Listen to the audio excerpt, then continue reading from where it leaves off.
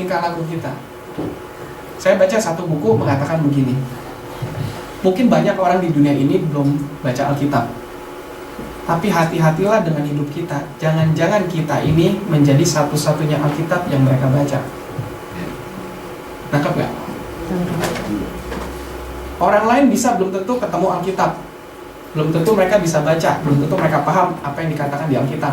Saya aja pendeta juga banyak ayat yang gak ngerti, mesti baca ulang-ulang, sekolah Alkitab lagi untuk ngerti.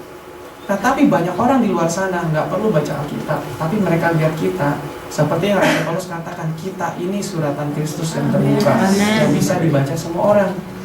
Nah, itulah tugas kita. Nggak usah ngomong capek-capek deh ngomong Yesus, tapi mereka lihat tingkah laku kita. Atau kita pakai kalung salib. Kekristenan kita itu bukan dinilai dari kalung salib kita. Seringkali justru kita pakai kalung salib, tapi tingkah laku kita tidak sesuai seperti orang yang tergantung di kayu salib itu. Nah, maka dari itu sekarang kita tunjukkan kita itu punya Kristus. Karakter kita harus berubah. Amin. Tunjukkan sama bos kita bahwa kita tuh kerja sungguh-sungguh. Sampai nanti Tuhan pasti akan buka jalan. Percayalah. Amin. Berkat yang terakhir, yang keempat. Kita lihat di ayat 35 sampai 36. Ini tentang Yairus. Ketika Yesus masih berbicara, maksudnya masih berbicara dengan wanita itu, datanglah orang dari keluarga kepala rumah ibadat itu dan berkata, anakmu sudah mati, apa perlunya lagi engkau menyusah-nyusahkan guru? Tetapi Yesus apa? Tidak menghiraukan perkataan mereka dan berkata kepada kepala rumah ibadat, jangan takut, percaya saja. Tuhan Yesus lalu kita baca dulu ayat 39 nih. Sesudah Yesus masuk, Yesus berkata kepada orang-orang itu, mengapa kamu ribut dan menangis? Anak ini tidak mati tapi tidur. Kalau baca ayat 38 ayat sebelumnya, di sana dikisahkan waktu Yesus sampai ke rumah Yairus, orang-orang pada nangis karena anaknya sudah mati. Orang-orang nangis nih, meratap. Nah, ketika itu Yesus masuk, Yesus bilang, anak ini nggak mati tapi tidur. Ayat selanjutnya nih, Bapak Ibu baca nih, ayat 40. Kita baca sama-sama nih satu kalimat itu. 1, 2, 3. Tetapi mereka menertawakan dia. Hebat gak? Habis nangis, tahu-tahu ketawa. Ini ketawanya beda seperti khotbah saya kemarin loh. Murid-murid takut, Yesus datang, lalu mereka bersukacita. Itu sukacitanya karena kehadiran Yesus. Tapi kali ini waktu mereka menangis, Yesus hadir, mereka langsung tertawa. Tapi tertawanya ini bukan sukacita, tapi tertawa melecehkan. Mereka lagi nangis nih, meratap, wah anaknya Yairus mati, kasihan. Yesus datang, Yesus bilang, anak ini gak mati tapi tidur. Mereka langsung ketawa, ketawanya itu melecehkan. Mereka bilang, oh lu lagi bilang apa anak ini tidur. Jadi Yesus seperti itu seperti kayak dilecehkan oleh mereka. Nah, iman yang benar yang terakhir ini adalah begini, iman yang harus diuji. Kenapa harus diuji? Saya bayangkannya begini, waktu dalam perjalanan Yairus melihat, wanita yang sakit pendarahan sembuh, imannya bertumbuh nih, anakku pasti hidup juga. Ini wanita 12 tahun nih sakit pendarahan nih, anakku kan sekarat, cuma sekaratnya sekarang pasti hidup lah. Dia percaya nih, di jalan, udah mulai jalan. Ayat 35 mengatakan, waktu Yesus masih ngobrol, orang dari rumah Yairus datang kan. Dia bilang, anakmu sudah mati. Untuk apa menyusah-nyusahkan guru? Bahasa sekarangnya begini, udahlah Yesus gak usah diajak ke rumah, anakmu udah mati percuma. Bahasa sederhananya begitu. Nah, waktu Yairus lihat, wanita ini sembuh, sekarang orang-orang dari rumah bilang, anakmu sudah mati, gak usah ajak lagi lah Yesus ke rumah, percuma. Lalu imannya mulai goyang. Nah, ketika imannya mulai goyang, Yesus lihat. Nah, Yesus berkata begini nih, ayat 36. Tetapi Yesus tidak menghiraukan perkataan mereka. Orang-orang dari rumah Yairus nih, mereka kan datang bilang anaknya mati. Yesus tidak menghiraukan perkataan mereka dan berkata kepada kepala rumah ibadat, jangan takut, percaya saja. Saya cek dalam kitab Injil, Matius, Markus, Lukas, Yohanes, Yesus hanya mengucapkan kalimat jangan takut, percaya saja, itu tidak lebih dari 5 kali. Kalau tidak salah seingat saya hanya 3 kali. Yang pertama kepada murid-muridnya, yang kedua kepada murid-muridnya lagi yang lain, yang ketiga kepada Yairus. Tuhan, di Alkitab Injil, kalau ibu bapak ada aplikasi Alkitab, cek di handphone, di komputer, kan ada kolom search misalnya begitu, cari aja kalimat jangan takut, percaya saya, ketik, nanti ketemu cuman kata-kata kepada murid-muridnya dan kepada Yairus. Dengan kata lain, Yesus hanya mengucapkan jangan takut, percaya saja, itu sedikit sekali. hanya kepada Yairus. Jadi waktu Yesus lihat iman Yairus mulai runtuh, Yesus bilang, jangan takut, percaya saja. Tapi saya percaya hari ini Tuhan pinjam mulut saya untuk berkata kalimat ini kepada Bapak Ibu Saudara semua. Jadi kita jauh-jauh dari Indonesia ke tempat ini, jangan takut, percaya saja. Amin. Seperti Yairus imannya mulai goyang nih. Lalu Yesus bilang, jangan takut, percaya saja. Jalanlah mereka sampai ke rumahnya. Ketika sampai di rumahnya, Alkitab tadi mencatat orang-orang menangis. Lalu Yesus bilang, anak ini gak mati tapi tidur. Mereka melecehkan Yesus. Yairus dalam perjalanan imannya mulai senang nih. Oke, aku gak takut, aku percaya. Sampai di rumahnya orang-orang pada melecehkan Yesus. Kalau saya jadi Yairus, mungkin saya mau pingsan. Kenapa? Stres dong.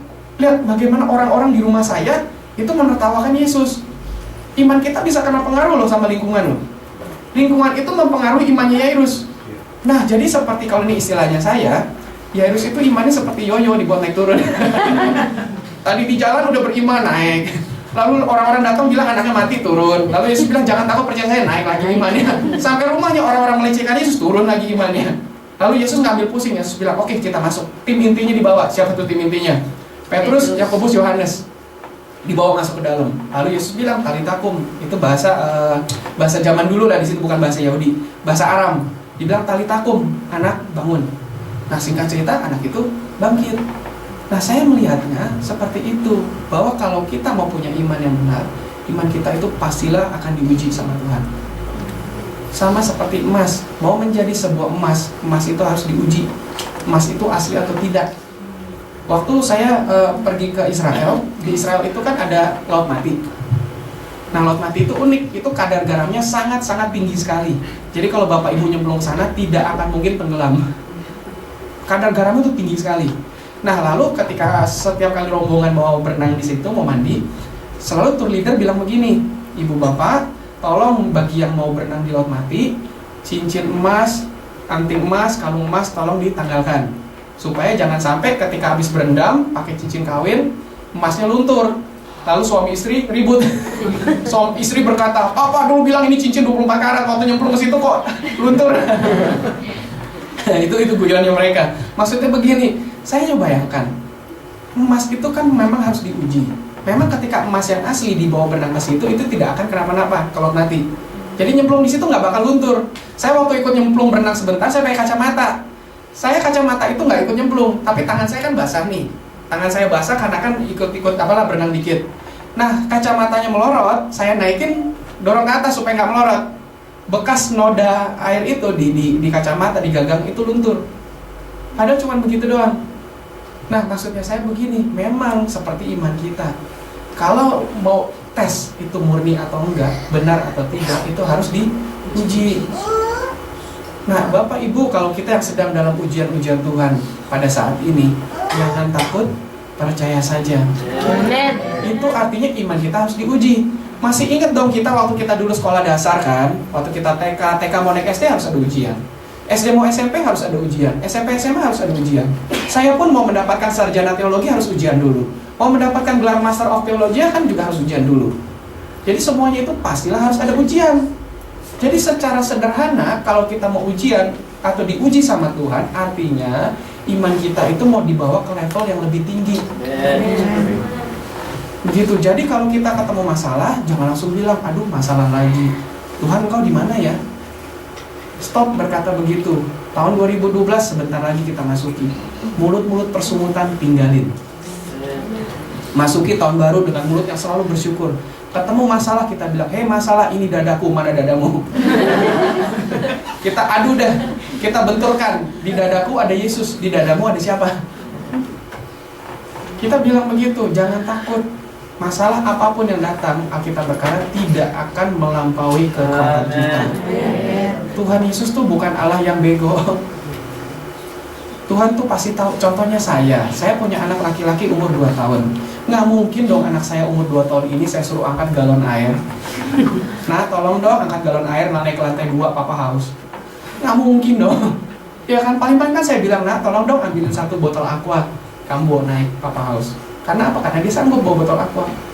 Sederhananya begitu. Kita bapak yang masih di dunia aja nih, yang suka marah, panas marah, dingin marah, hujan marah, sampai malaikat di surga bingung, ini maunya apa sih? panas marah, dingin marah, hujan marah. Malaikat di surga juga bingung maunya apa. Kita aja Bapak di dunia aja, kita nggak mungkin suruh anak kita melakukan pekerjaan yang dia tidak bisa lakukan. Setuju? Apalagi Bapak kita yang di surga. Nggak mungkin kita dikasih masalah yang kita nggak bisa tackle. Nggak mungkin lah. Allah kita itu bukan Allah yang bego, istilahnya saya. Nggak mungkin. Oleh sebab itu Bapak Ibu, jangan takut, percaya saja. Amin. Kita jalani hidup kita ini di negeri yang jauh, kita nggak usah takut, percaya sama Yesus. Amin. Andalkan terus. Satu pesan saya lagi, nanti kalau kita sudah mendapatkan jawaban dari doa kita, jangan tinggalkan Tuhan.